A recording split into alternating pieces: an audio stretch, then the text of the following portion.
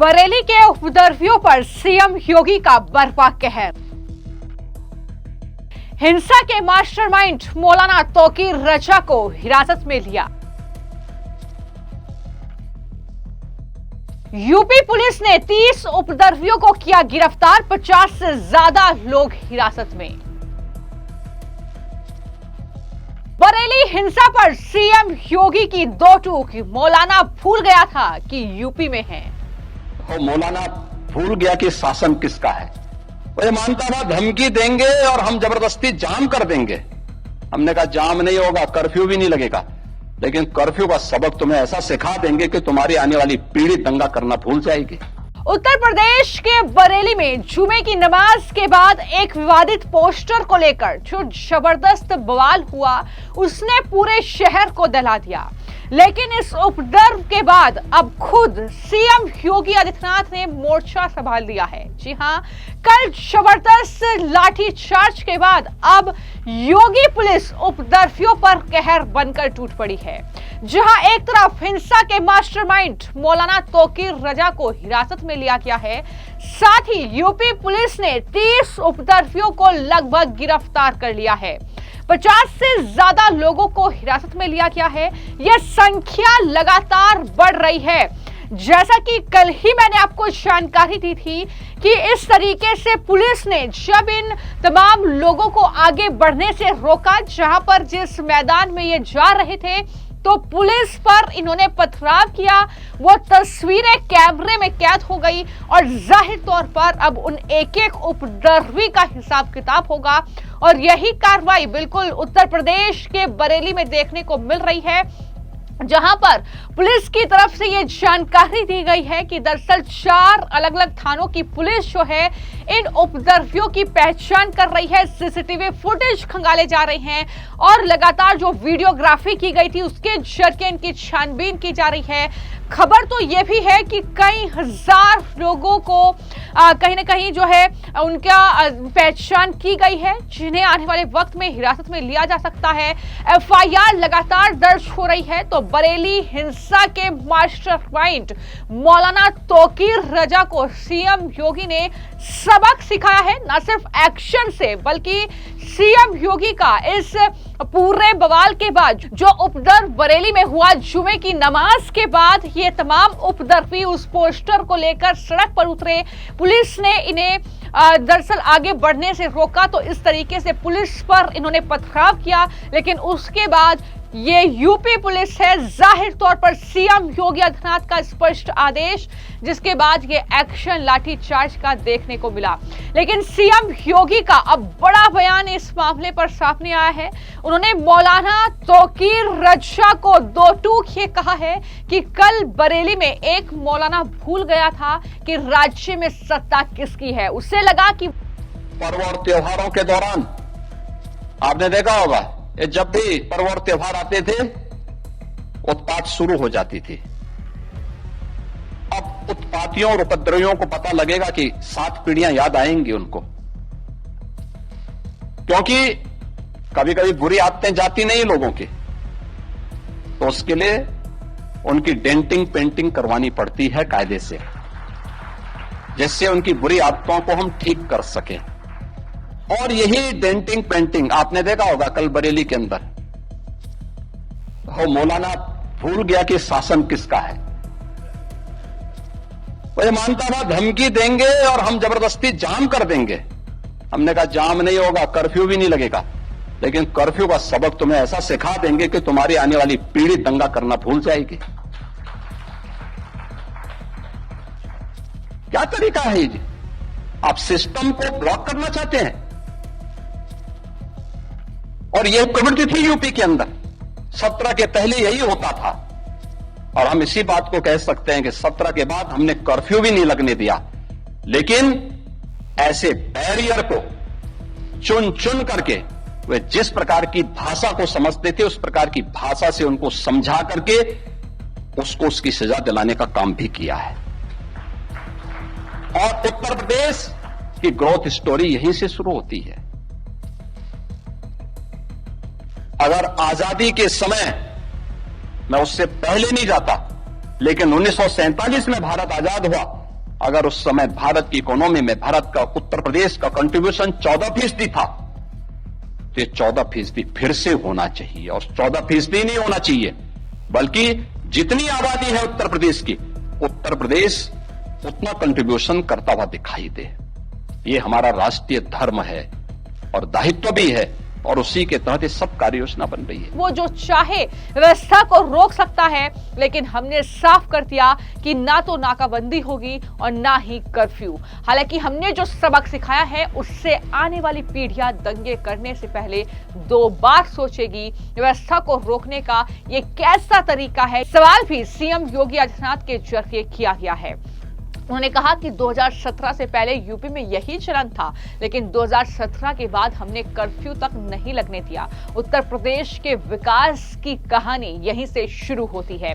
हालांकि सीएम योगी आदित्यनाथ तौकीर रजा को निशाने पर ले रहे हैं, उनको हिरासत में ले लिया गया है। ये बड़ी जानकारी सामने आई है, क्योंकि अगर ये बरेली में बवाल हुआ है, अगर इस तरीके से जुमे की नमाज के बाद ये तमाम लोग सड़कों पर नजर आए हैं, तो वो सिर्फ और सिर्फ मौलाना तौकीर रजा के आह्वान पर, और जाहिर तौर पर इसका खामियाजा अब मौलाना तौकीर रजा को भुगतना होगा। तो यह तस्वीर देख लीजिए कि किस तरीके से इन उपद्रवियों ने वहां पर पत्थर बरसाए हैं, ईंटें बरसाई है।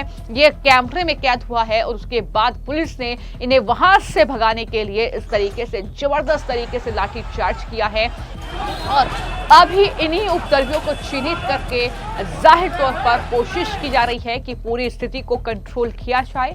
हालांकि पुलिस ने हालात को तुरंत संभाला है, और कितने लोगों को गिरफ्तार किया गया है, अभी पुलिस इस मामले में क्या कार्रवाई कर रही है, ये दरअसल जानकारी पुलिस विभाग के जरिए दी गई है। क्या जानकारी उन्होंने दी है, जरा सुनिए। हुआ किस तरीके से जो नमाज के बाद पथराव हुआ, पुलिस के ऊपर भी अटैक करने की कोशिश की गई, क्या हुआ था? जैसा कि आप सब लोग जान रहे हैं, आज जुमे की नमाज थी। इसको लेते हुए पहले कुछ कॉल की गई थी।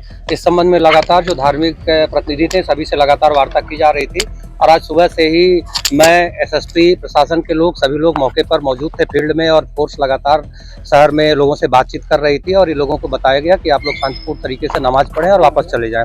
इसका परिणाम ये हुआ कि 90-95% लोगों ने शांतिपूर्ण तरीके से नमाज पढ़ी और वो लोग वापस चले गए। अचानक बाद में कुछ खुराफाती तत्व आए और जिन्होंने पथराव और फायरिंग शुरू करी, और इसमें पर्याप्त उनके वीडियोग्राफी और फोटोग्राफी की गई है। उस आधार पर पुलिस ने भी जो उसमें लोग मौके पर पाए गए ये करते हुए, उसमें से कुछ की गिरफ्तारियां सुनिश्चित की गई हैं, और वीडियो और जो हमारे पास फोटो साक्ष्य उसके आधार पर अग्रिम कार्रवाई सुनिश्चित की कितनी जगह हुई है सर? कितनी जगह पे हुई है सर? ये शहर में 3-4 जगहों पर हुई है, बाकी भी ऑफिसर्स अलग अलग जगह लगे थे। अभी हम लोग मौके से ही आ रहे हैं, और सबको हम लोग इकट्ठा कर रहे हैं, मीटिंग करने जा रहे हैं, उसमें सारी चीजें क्लियर करेंगे, और उसके बाद हम लोग कितने लोग हिरासत में लिए गए सर? इसमें कितने? पुलिस के 10 से ज्यादा लोग घायल हुए हैं, और उनका उपचार कराया जा रहा है, और संबंधित डॉक्टर भी हैं। हिरासत में कितने लोग लिए गए? हिरासत में अलग अलग जगहों पे चूंकि हुआ है, तो वहाँ लोगों की गिरफ्तारी हुई है। वो संख्या अभी हम लोग मंगा रहे हैं। फायरिंग की घटना जो हुई है उसमें छर्रे लगे हैं, कुछ वेपन भी बरामद किए गए हैं, और वो सारे तथ्य जो है वो अभी हम लोग आप सर ये मौलाना तौकीर रजा ने बुलाया था, क्या उनके खिलाफ भी? जैसा कि आप लोगों ने देखा, आप लोग भी मौके पर थे, और तमाम प्रेस के बंधुओं को भी इसमें चोटें आई थी या पथराव आप लोगों ने देखा, खुद वीडियो फुटेज आप लोगों ने भी इसके कवर किए हैं। ये पहले से कोई साजिश की गई थी, तभी अचानक इतने लोग सामने आए और प्रॉपर तैयार होकर आए, और ऐसे लोगों को चिन्हित किया गया है। बाकी अभी का प्रकरण है, तो इसमें हम लोग इसकी सारी चीजों की इन्वेस्टिगेशन कर रहे हैं। हाँ, अभी जो फोटो और वीडियो है उसके आधार पर हम लोग ये चीजें देख रहे हैं कि कौन कौन से लोग थे और कहाँ के लोग थे। हम पे पर्याप्त साक्ष्य हैं। जी, निश्चित रूप से इसमें FIR पंजीकृत होगी। जो भी विधिक धाराएं है उसमें FIR पंजीकृत की जा रही है, और जैसा आपने पूछा, जो भी लोग थे इसके पीछे, सभी को हम लोग सामने लाएंगे, और जो भी जिम्मेदार हैं सबके खिलाफ इसमें कठोर कार्रवाई की जाएगी। तौकीर रजा ने बुलाया था, सब उनके कहने पे आए थे, क्या उनको भी नाम दर्ज किया जाएगा? मैंने आपको पहले ही बता दिया कि हम लोग लगातार धार्मिक प्रतिनिधियों से संपर्क कर रहे हैं, और ये पहले से प्री प्लान्ड वे में किया गया है। जो भी लोग इसके पीछे है, जिन्होंने भी कॉल की थी, किसी को भी बख्शा नहीं जाएगा। एक कंफ्यूजन भी चल रहा है सर, क्या इसकी परमिशन दी गई थी या फिर नहीं? किसी प्रकार की कोई परमिशन नहीं थी, और सबको पहले बता दिया गया था कि यहाँ किसी प्रकार की कोई परमिशन नहीं है, और ये मानते हुए 90-95% लोग ये बात को समझ भी गए थे, और सब लोग नमाज पढ़ने के बाद अपने घर और अपने काम पर वापस लौट गए। बाद में कुछ प्लान हुए खुरापाती तत्व हैं जिनके खिलाफ कार्रवाई की जा रही है। सर इसमें मुकदमे अलग अलग जगह दर्ज किए जाएंगे क्योंकि कई जगह ये घटनाएं जी हुई हैं। निश्चित रूप से जहाँ जहाँ ये घटनाएं हुई हैं और जिन जिन जगहों पे चोटें आई हैं लोगों को, जहाँ जहाँ विवाद हुए हैं, हर जगह मुकदमे पंजीकृत किए जा रहे छर्रे लगे क्या पुलिसकर्मियों को लगे हैं। जी लगे हैं, पुलिसकर्मियों को भी लगे हैं, अलग अलग जगह हमारी फोर्स लगी हुई थी। अभी सारी संख्या हम लोग इकट्ठा कर रहे हैं, फिर अभी थोड़ी देर में आप लोगों से सारी चीजें हम लोग शेयर कर लेंगे। तो आपने पुलिस अधिकारियों को सुना, लेकिन वहीं पर डीएम अविनाश सिंह उन्होंने कहा है कि शांति भंग करने की यह बड़ी साजिश थी। इसके बाद जो है उन्होंने कहा कि जो मजिस्ट्रेट हैं, जो पुलिस है, वो मौके पर थी, सख्त कार्रवाई की गई जिससे लोग अपने घरों को लौटने को मजबूर हो गए।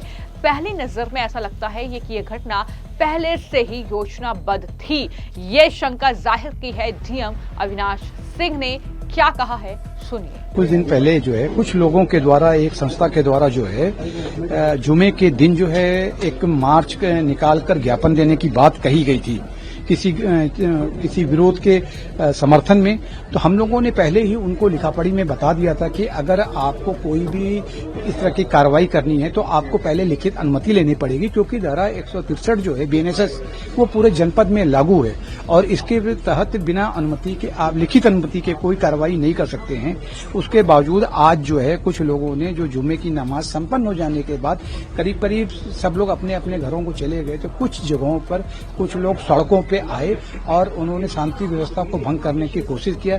इसके जवाब में जो हमारे मजिस्ट्रेट थे, हमारे जो पुलिस के हमारे तमाम सहयोगी गण थे, उन सभी लोगों ने मौके पर कड़ी कार्रवाई करते हुए उनको वापस अपने अपने घरों पे जाकर जाने पे मजबूर कर दिया। स्थिति इस वक्त पूरी तरह से नियंत्रण में है और कहीं कोई किसी प्रकार दिक्कत नहीं। कल सभी स्कूल कॉलेज खुले रहेंगे, सभी लोग अपने अपने कार्यालयों को जाएंगे, कहीं कोई समस्या नहीं नजर आई। बस एक मैं आप लोग के चैनल के माध्यम से एक अपील करना चाहूंगा कि कुछ लोग जो नेगेटिव फोर्सेस हैं वो अफवाहें फैलाने की कोशिश कर रहे हैं।